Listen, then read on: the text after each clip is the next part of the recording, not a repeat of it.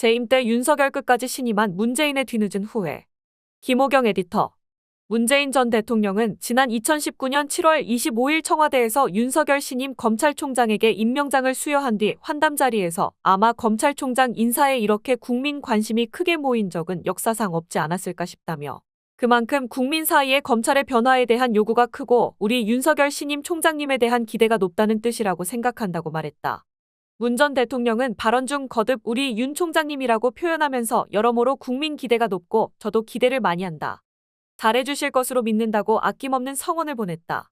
문 전 대통령은 윤석열 검찰이 이른바 조국 사태를 일으키고 청와대를 겨냥한 울산시장 선거 개입 의혹 수사까지 요란하게 벌이기 시작한 2020년 1월 14일 신년 기자회견에서도 윤 총장에 대해 엄정한 수사 권력에도 굴하지 않는 수사, 이런 면에서는 이미 국민에게 신뢰를 얻었다고 생각한다며 윤석열 검찰총장이 검찰 조직 문화 개선에 앞장서면 더 신뢰받을 것이라고 강조했다.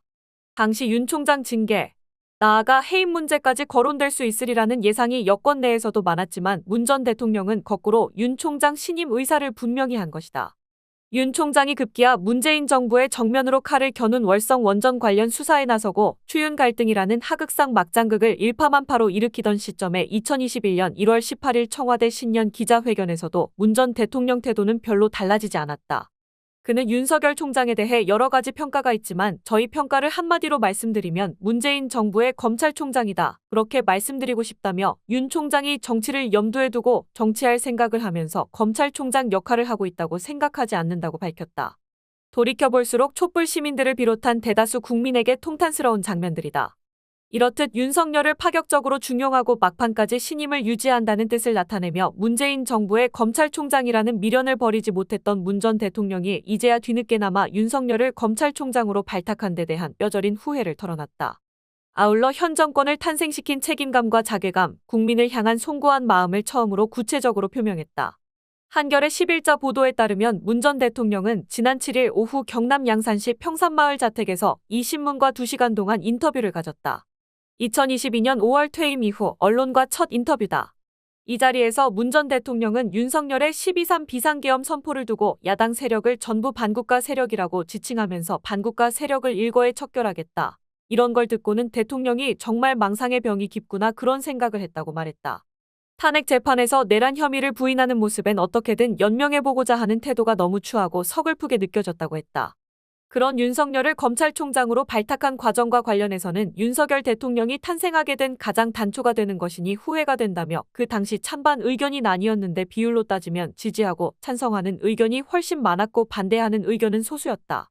민주당은 전폭적으로 지지하고 찬성하는 그런 의견이었다고 떠올렸다.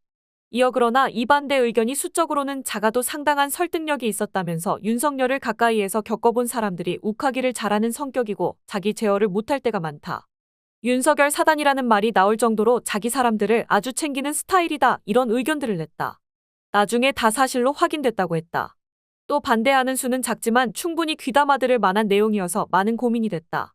그래서 당시 조국 민정수석이 검찰총장 후보추천위원회에서 추천한 후보 4명을 한 명씩 다 인터뷰를 해봤는데 우리가 가장 중요하게 생각했던 검찰개혁에 대해 윤석열 후보자만 지지하는 이야기를 했고 나머지 3명은 전부 반대하는 의견을 분명히 밝혔다고 한다며 최종적으로 2명으로 압축해 고민했다.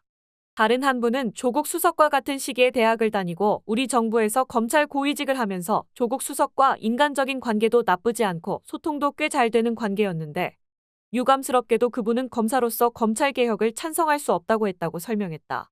그러면서 윤석열 후보는 소통하기엔 좀 불편할 수 있지만 검찰개혁 의지만큼은 어쨌든 긍정적으로 말했고 실제로 중앙지검장 할 때 검찰개혁에 호의적인 태도를 보인 적이 있었다며 지금 생각하면 그래도 조국 수석과 소통이 되고 관계가 좋은 그런 쪽을 선택하는 것이 순리였는지 모르겠다.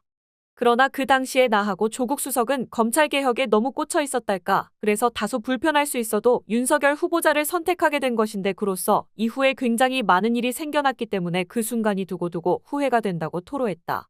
기자가 윤석열 검찰총장이 기대했던 것과는 다른 길로 가고 있구나 하는 생각을 언제부터 하게 됐느냐고 묻자 문 전 대통령은 조국 수석이 법무부 장관 후보자로 지명됐을 때라며 조국 후보자 일가에 대한 수사는 명백히 조국 수석이 주도했던 검찰개혁 또 앞으로 법무부 장관이 된다면 더 강도 높게 행해질 검찰개혁에 대한 보복이고 발목잡기였다.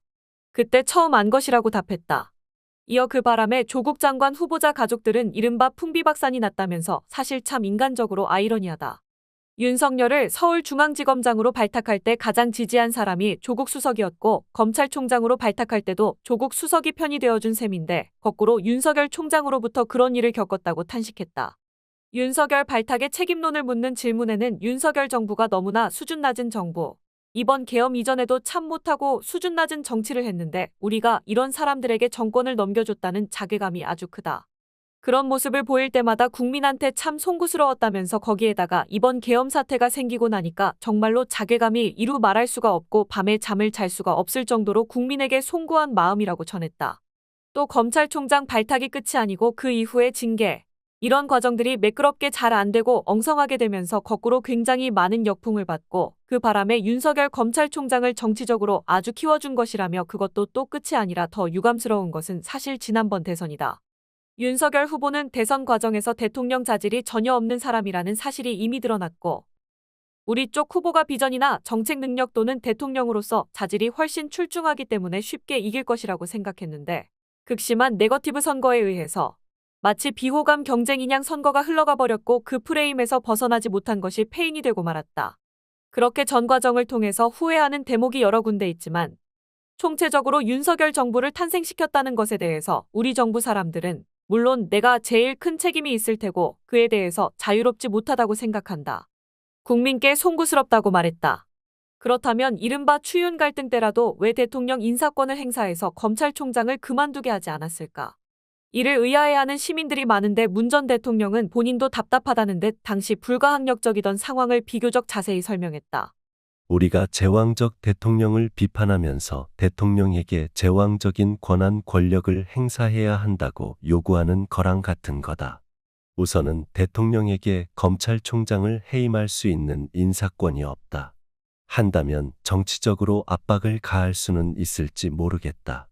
예를 들면 신뢰하지 않는다고 공공연하게 말한다든지 물러나기를 바란다고 언론을 통해서 압박한다든지 실제로 과거 권위주의 시대에는 대통령이 조금 불편하게 여긴다고만 해도 검찰총장들이 알아서 물러났다.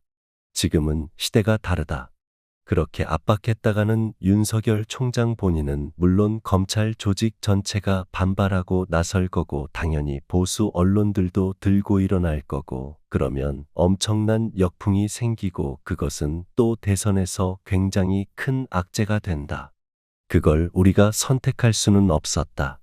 자꾸 대통령에게 권한이 있는 것처럼 생각하니까 그런 말들이 있는 건데 그렇지 않다는 것을 분명히 해주면 좋겠다.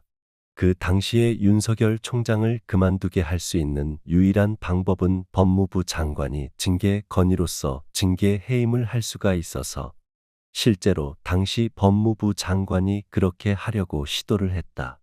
그런데 그 과정이 아주 잘 처리가 됐으면 좋았을 텐데 그렇게 안 됐기 때문에 말하자면 해임도 못하고 거꾸로 역풍을 받고 정치적으로 이 사람을 키워주는 결과가 되었던 것이다. 문 전 대통령은 나름대로 진솔하게 본인 입장을 밝혔지만 핵심인 윤석열 검찰총장 발탁 과정과 관련해서는 부분적으로 다른 증언들도 존재한다. 문 전 대통령은 민주당은 전폭적으로 지지하고 찬성하는 그런 의견이었다고 회상했으나 당시 민정수석이던 조국 전 법무장관은 저서 조국의 시간에 이렇게 기록했다.